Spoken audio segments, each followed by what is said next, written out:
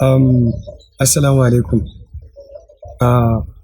Alhamdulillah mun samu nasarar kammalawar wannan aiki, kuma muna miƙa godiya ta musamman ga dukkanin ilahirin mutanen suka ba mu gudunmawa har zuwa kammalawar wannan aiki, kamar irin su daraktan mu wanda muke alfahari da shi, wanda bamu da kamar sa, Muttaka Laziyo, da kuma mutanen suka taimaka mana wajen zirga-zirga irin su Dr. Habib Adam da kuma Bashir Bash.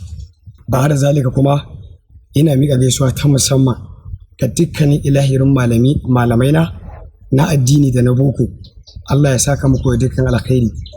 Ina yi muku fatan alkhairi daga ɗalibinku Tasi Balarabe Abdullahi, wanda aka fi sani da B Engineer kowa naka. A sha ruwa lafiya.